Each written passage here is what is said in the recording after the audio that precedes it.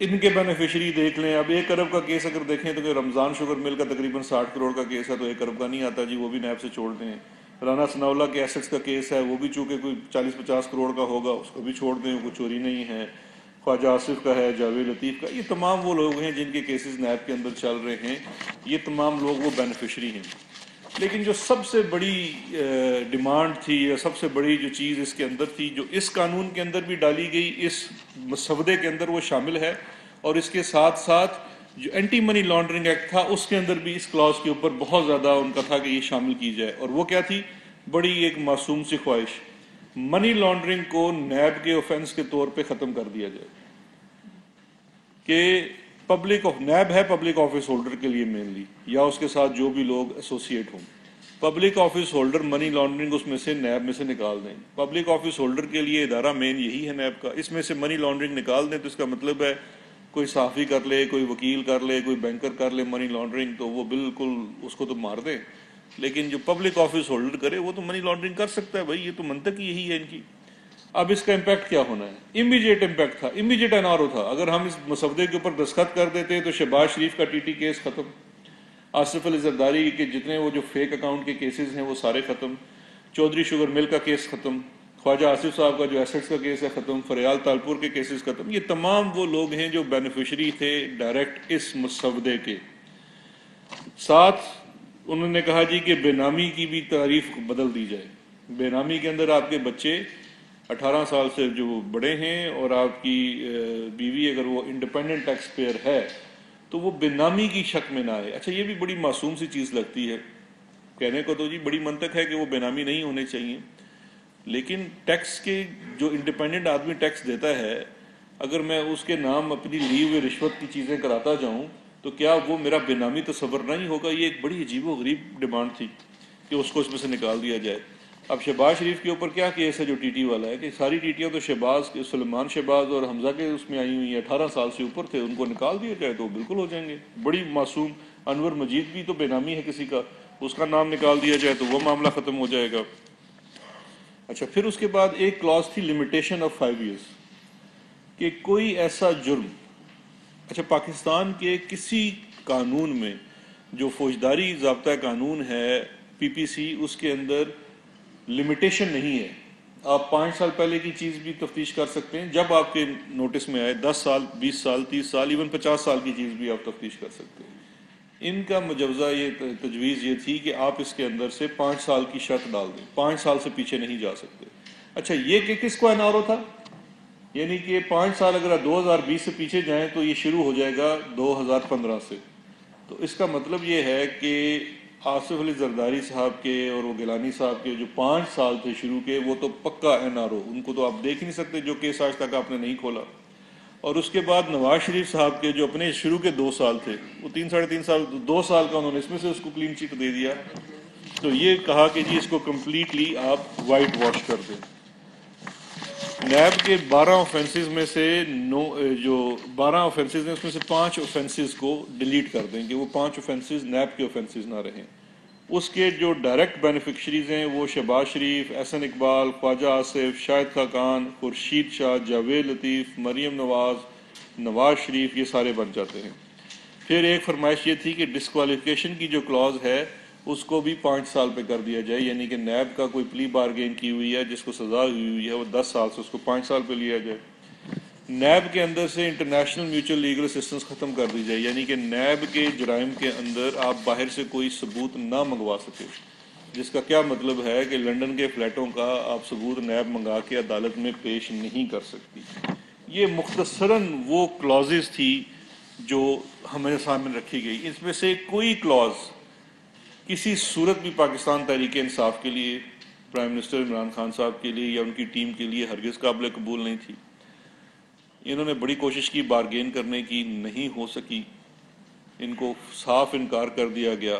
اس انکار کے بعد وہ جو اپنی وہ ایک خفت تھی اس کو چھپانے کے لیے پھر یہ ایک نیا دھڑا PDM کا بنایا گیا. تو یہ تھی وجہ نزول کہ یہ PDM ہم پہ کیسے نازل ہوئی. عوام تو PDM کو تقریباً ریجیکٹ کر چکی ہے، لاہور والا جلسہ بھی آپ دیکھ چکے ہیں، اس سے پہلے دیگر جلسے بھی. یہ تو پوری طرح سے ایکسپوز ہو چکے ہیں کہ اصل میں یہ چاہتے کیا ہے. کوئی اور ایجنڈا نہیں ہے، ایجنڈا آج بھی این آر او کا ہے. اب اسی سے منسلک دوسری چیز ہے بڑی امپورٹنٹ. وہ کچھ دنوں سے ہم دیکھ رہے ہیں کہ جو اپر ہاؤس ہے سینٹ، اس کے ڈپٹی چیئرمین وانوی والا صاحب بارہا پریس کانفرنسز بھی کر رہے ہیں، اور ایک قرارداد بھی پیش کی گئی ہے کہ سینٹ کا اجلاس بلایا جائے، ریکوزیشن کیا جائے. اور وہ یہ بھی کہہ رہے ہیں کہ وہ چیئرمین نیب کو سمن کریں گے اور کمیٹی کے سامنے لائیں گے، جو کچھ بھی کریں گے.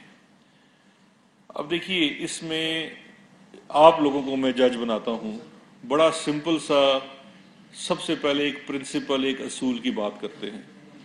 اصول کیا ہے کہ میں اپنا آفس، چاہے وہ پولیٹیکل ہو، عوامی آفس ہو، کوئی بھی آفس ہو، اپنے پرسنل بینیفٹ کے لیے استعمال نہیں کر سکتا. اب اگر چیئرمین، ڈپٹی چیئرمین سینٹ یہ چاہتے ہیں اور وہ اعلان کہہ رہے ہیں کہ وہ انٹرنیشنلی نیب کو بلیک لسٹ کرائیں گے اور نیب کو یہ کر دیں گے، وہ کر دیں گے، میں ان کو یاد دہانی کرانا چاہتا ہوں، آپ کے پاس ایک امانت ہے.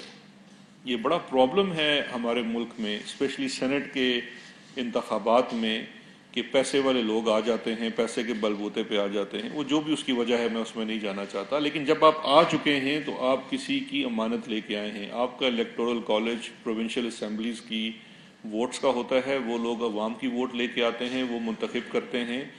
آپ یہاں قانون سازی کرنے کے لیے آئے ہوئے ہیں. آپ یہاں پہ اپنے پرسنل انٹرسٹ کو واچ کرنے کے لیے نہیں آئے ہوئے.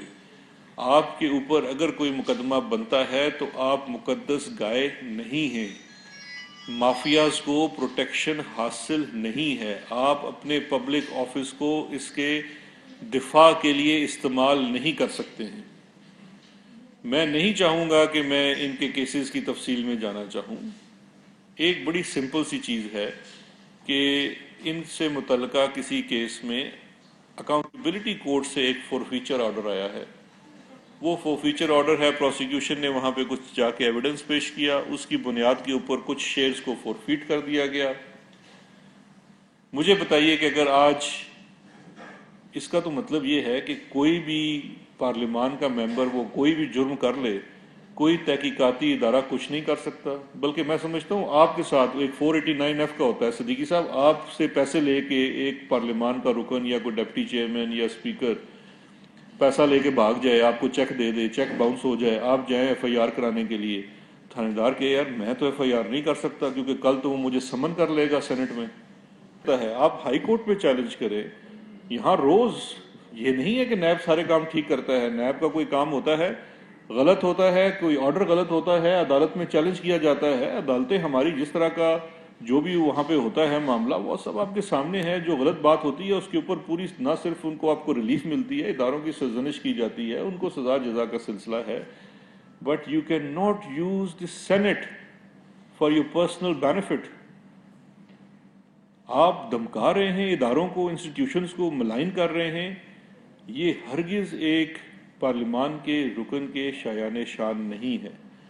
تو میں یہ بڑا واضح کر دینا چاہتا ہوں کہ ہم پاکستان تحریک انصاف کی حکومت یا ہمارے اراکین پارلیمنٹ آپ کو اس طرح سے اداروں کی تصدیق نہیں کرنے دیں گے. آپ نے اجلاس ریکوزیشن کیا ہے، 30 کو ہوا ہے. اگر اس پہ بحث ہوگی تو حکومتی اراکین اس کا بھرپور جواب دیں گے. ہم سمجھتے ہیں کہ تمام اداروں کو انڈیپینڈنٹلی کام کرنا چاہیے اور ان کو جو قانون میں پروٹیکشن حاصل ہے وہ ملنی چاہیے. کسی بھی شخص کو اگر اس نے اس چیز کو استعمال کرنے کی کوشش کی تو اس کی اجازت نہیں ملے گی. اب ایک چھوٹی سی آپ کو میں مثال دیتا ہوں. پرائم منسٹر عمران خان صاحب رکن پارلیمنٹ تھے، ان کے اوپر کیس کیا گیا. اب جو کیس کیا گیا وہ سپریم کورٹ کے سامنے جا کے انہوں نے اپنا پورا 10 ماہ مقدمہ لڑا. وہ جا کے استحقاق کمیٹی کے سامنے نہیں جا سکتے تھے کہ جی میرا تو استحقاق مجروح کر دیا، جی میرے اوپر آپ نے مقدمہ کیسے کر دیا.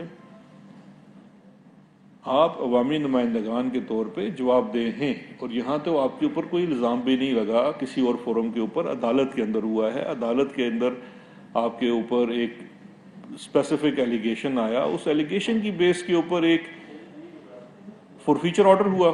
آپ اس کو وہاں پہ کنٹیسٹ کریں. تو اس لیے ان کو اداروں کو ان کی جو ان کو اس چیز میں نہ لائیے اور آپ اس کو ملک کو بنانے کے لیے وہاں پارلیمان میں بیٹھے ہوئے ہیں۔ تو آخر میں صرف یہی کہنا چاہوں گا کہ یہ جو اپوزیشن کا دوبارہ سے NRO پلس پلس مانگنے کا ہے تو ابھی تک تو ناکام ہو چکے ہیں۔ یہ کسی صورت میں بھی، یہ میں چھوڑے جا رہا ہوں یہاں پہ، کیونکہ یہ بار بار بات کو دہراتے ہیں کہ جیسے شاید ہم نے یہ ڈاکومنٹ، کل میں سن رہا تھا وہ محسن رانجھا صاحب نے تو کہیں یہ بھی فرمایا ہے کہ یہ ڈاکومنٹ میں نے ان کو دیا تھا۔ تو مجھے اس پہ بڑی ہنسی آئی۔ میرے پاس آپ کے واٹس ایپ بھی ہیں جس پہ آپ نے ڈاکومنٹس مجھ سے شیئر کیے ہوئے ہیں، تو فورینزک کرا لیتے ہیں، پتہ لگ جائے گا کس نے ڈاکومنٹ بنایا تھا۔ بلکہ تو پرنٹر بھی میرا خیال ہے وہ کیلیبری فونٹ کی طرح آپ کے کسی کے گھر سے درآمد ہو جائے گا جہاں سے یہ سارے پرنٹ آؤٹس کر کے بانٹے گئے تھے۔ بہت شکریہ جی۔ رشید صاحب نے اپنی پہلی پریس کانفرنس میں کہا ہے کہ یہاں پر اختیارات یہ نہیں چاہتے، چھین کر لیے جاتے ہیں، کیونکہ منی لانڈرنگ کے جو مقدمات ہیں وہ FIA میں چل رہے ہیں اور FIA کو آپ دیتے ہیں۔ تو کیا اب آپ سمجھتے ہیں کہ اس کے بعد جو معاملات اور وزارت داخلہ کا مکمل کنٹرول جو ہے وہ شیخ صاحب کے پاس ہوگا؟ دیکھیں جتنی وزارتیں ہیں ان کے کنٹرول ان کے وزیروں کے پاس ہوتے ہیں، مشیران جتنے بھی ہیں، اسلام آباد ہائی کورٹ کا فیصلہ بھی آ چکا ہے، اور میری تو قانون کے حساب سے بڑی پہلے سے کلیئرٹی تھی کہ وی آر ایڈوائزر، جس اگر آپ ایڈوائزر ہیں تو 5 کانسٹیٹیوشنل پوسٹ ہیں ایڈوائزرز کی، وہ ہیں ایڈوائزرز ٹو پرائم منسٹر، اور اسپیشل اسسٹنٹ وہ بھی ہیں special assistant to prime minister. آپ کسی وزارت کے معاملات کے اوپر مشاورت کر سکتے ہیں، ایگزیکٹو اختیار آپ کے آئین اور قانون کے مطابق، اور اس کی جو تشریح کی گئی ہے وہ وزراء کے پاس ہے جو کہ الیکٹڈ وزراء ہیں۔ تو اس میں تو نہ میرے بیان کی ضرورت ہے، نہ ان کے بیان کی ضرورت ہے، اور نہ ہی کسی کورٹ کے فیصلے کی ضرورت ہے۔ قانون بڑا واضح ہے، تو اختیارات تو ظاہری بات ہے ہر وزیر کے پاس ہوتے ہیں، اور میرے پاس پہلے بھی کبھی نہیں تھے، یہ آپ لوگوں نے پھیلائی ہوئی تھی کہ میرے پاس کوئی اختیارات ہے۔ مائی فیورٹ سر۔ سر بغیر فیس کے نہیں، میں پہلے ہی بڑی کم تنخواہ پہ کام کر رہا ہوں۔ مجھے یہ آپ سے رائے چاہیے کہ جو شاملات زمین ہے وہ کسی کو ٹرانسفر ہو سکتی ہے انڈیویجولس کو، تو یہ مجھے بتائیں۔ دوسرا یہ بتائیں، پرائم منسٹر کا گھر ہے 20-25 سال کو ریگولر نہیں ہوا، اور پرائم منسٹر جب بنتے ہیں تو نہ صرف وہ ریگولر ہوتا ہے بلکہ اسلام آباد کا ماسٹر پلان چینج ہوتا ہے، وہ والی جو جگہ ہے جہاں پہ PM کو ہے وہ زون 3 سے زون 4 میں اس کو ٹرانسفر کر دیا جاتا ہے۔ تو آپ بتائیں یہ کہاں کس قانون میں یہ کانفلکٹ آف انٹرسٹ نہیں ہے کہ جب پرائم منسٹر بنتے ہیں تو یہ کام ہوتا ہے 20-25 سال میں نہیں ہوتا۔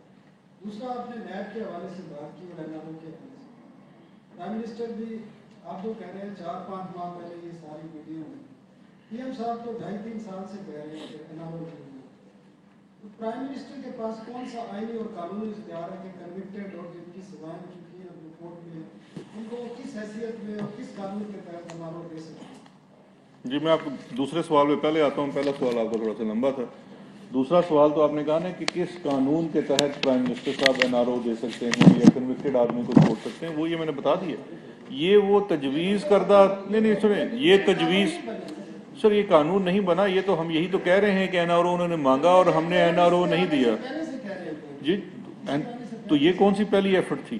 یہ اٹیمپٹ تو بار بار ہو چکی ہے کہ آپ ہمیں اس چیز کے اوپر ہمارے کیسز کے اوپر دے دیں، اور کیسز کے اوپر کیسے مل سکتا ہے؟ یا تو آپ ایک ایگزیکٹو اختیار استعمال کر کے، یا آپ قانون کے استعمال کر دیں۔ اچھا مجھے ایک آپ اپنی یاد دہانی کے لیے اور چیز بتا دیں، یہ پہلا قانون ہے NRO کا۔ اس سے پہلے 2007 میں جو NRO کا لفظ جہاں سے آیا، نیشنل ریکنسیلیشن آرڈیننس، جو جنرل مشرف نے کیا تھا، تو وہ NRO اس کے بھی تو جو فائدہ مند انسان تھے جن کو فائدہ ہوا وہ کون تھے؟ وہ تو سپریم کورٹ نے اس کو نل اینڈ وائڈ قرار دے دیا۔ تو اسی طرح سے یہ اس کی دوسری ایفرٹ تھی، اور اس کے کچھ خالق وہ تھے جنہوں نے وہ والا بھی ڈرافٹ کیا تھا، وہ آپ بھی ان کو بہتر جانتے ہیں۔ دوسرا میرے بھائی جو آپ سوال پوچھ رہے ہیں شاملات والا، تو وہ تو آپ کو کسی پٹواری سے پوچھنا پڑے گا، یہ سوال تو پٹواریوں والا ہے۔ میں ٹو بی ویری آنیسٹ، مجھے یہ جو آپ اسپیسیفک قانون کا پوچھ رہے ہیں نا کہ شاملات کی زمین ٹرانسفر ہو سکتی ہے یہ نہیں ہو سکتی، یہ بڑا اسپیسیفک لینڈ کا ہے، میں نے کبھی لینڈ کی پریکٹس نہیں کی۔ وہ سب بالکل ہوگی نا، یہ تو لیگل پوائنٹ ہے، یا تو کسی عدالت سے فیصلہ لے لیں یا کسی سے مشورہ لے لیں۔ جو پرائم منسٹر صاحب کی آپ نے بات کی ہے پراپرٹی کی، تو اس میں 2 چیزیں آپ کی اطلاع کے لیے عرض کرنا چاہوں گا۔ دیکھیے 2 چیزیں ہیں، ایک تو یہ ہے کہ کوئی بنی گالہ کے اندر ایک صرف واحد گھر پرائم منسٹر صاحب کا نہیں بنا ہوا، وہاں بہت سارے گھر کی تعمیرات ہوئی ہیں۔ جب ان کے گھر کی تعمیر ہوئی، نہ ہی وہ پبلک آفس ہولڈر تھے، نہ وہ کس طریقے سے کسی چیز میں تھے۔ اس کے جو بنی گالا اور یہ اسلام آباد کے نوا اور یہاں کے جو ماسٹر پلان کو لے کے اگر 2007 کے بعد سے آپ دیکھیں تو کافی زیادہ لٹیگیشن ہو چکی ہے مختلف معاملوں کو لے کے. ایک لٹیگیشن آپ کو یاد ہوگا F9 پارک کے لے کے ہوئی تھی جہاں پہ میکڈونلڈس پارک بنا تھا. تو اس کے بعد بھی اس چیز کو ریگولرائز کرنے کے لیے کیونکہ مجاز اتھارٹی CDA کا بورڈ ہے جو ماسٹر پلان کو ریویو کر سکتا ہے. اسی ریویو میں ماسٹر پلان کے اندر پھر یہ F9 پارک کے اندر اس کو ریگولرائز کیا گیا تھا کیونکہ ایک سٹرکچر پہلے بن چکا ہے. اسی طرح سے یہ نہیں ہے, یہ تو چلیں آپ کی خبر ہے نا, آپ خود بھی سمجھتے ہیں صحافت میں خبر کیا بنتی ہے. زونز کی جو ہے ماسٹر پلان کا چینج ہونا یا اس کو کرنا, یہ بھی سپریم کورٹ کے فیصلے کے بعد کہ اسلام آباد میں جہاں تک تو زون 1 ہے اس کے تو بلڈنگ کوڈ ہر چیز بڑی واضح طور پہ ہے. آپ E11 سیکٹر میں چلے جائیں جو زون 1 میں نہیں آتا, وہاں پہ اسلام آباد کے مین سٹی والا بلڈنگ کوڈ کا نفاذ نہیں ہوتا, اور وہاں پہ جو کنسٹرکشن ہوتی ہے وہ اس فارمولے کے تحت نہیں ہوتی جو باقی مین اسلام آباد میں ہوتی ہے. پھر اس کے بعد دوسرے زون آ جاتے ہیں, باراکو کا علاقہ آ جاتا ہے, بنی گالا کا علاقہ ہے, یہ دوسرے رفسنجانی کا علاقہ ہے. یہ تمام ڈفرینٹ زونز ہیں. اس کے لیے ماسٹر پلان کا مقصد ہے کہ بلڈنگ لاز بنے جس کے تحت وہاں پہ چیزیں جو ہیں ریگولرائز. ملکیت ایک الگ سبجیکٹ ہے, بلڈنگ کنٹرول ایک الگ سبجیکٹ ہے. CDA کا regularisation is building control. Building control کیا ہے کہ آپ کا نقشہ و تعمیر کے مطابق پاس ہوا یا نہیں ہوا. اس میں میری عرض بڑی سمپل سی ہے. ہم اپنے آپ کو ہمیشہ پاکستان تحریک انصاف کا اور اسپیشلی پرائم منسٹر ہم اپنے آپ کو ہر وقت احتساب کے لیے پیش کرتے ہیں. اس کے لیے کوئی مقدمہ تو لے کے آئیں. آپ اگر یہ سمجھتے ہیں یا کوئی اگر سمجھتا ہے, آپ تو سوال کرتے ہیں, آپ کا تو کام ہے سوال کرنا, کوئی یہ سمجھتا ہے کہ یہ جو پوری ریگولرائزیشن ہوئی ہے اس میں کوئی بھی ان کو انڈیو بینیفٹ ملا ہے, تو آپ کے لیے عدالت کا فورم پیش ہے. آپ عدالت میں لے آئیے, کوئی شخص عدالت میں لے آئے. وہ عدالتوں سے تو سب کو ہمیں اعتبار ہے, سپریم کورٹ لے آئیے, اسلام آباد ہائی کورٹ لے آئے, ہم بالکل حاضر ہیں. ہم پہلے بھی گئے تھے, دوبارہ بھی جانے کو تیار ہیں. تو اس میں بالکل کوئی دوسری وہ رائے نہیں ہے کہ کوئی ایسا کانفلکٹ آف انٹرسٹ ہے.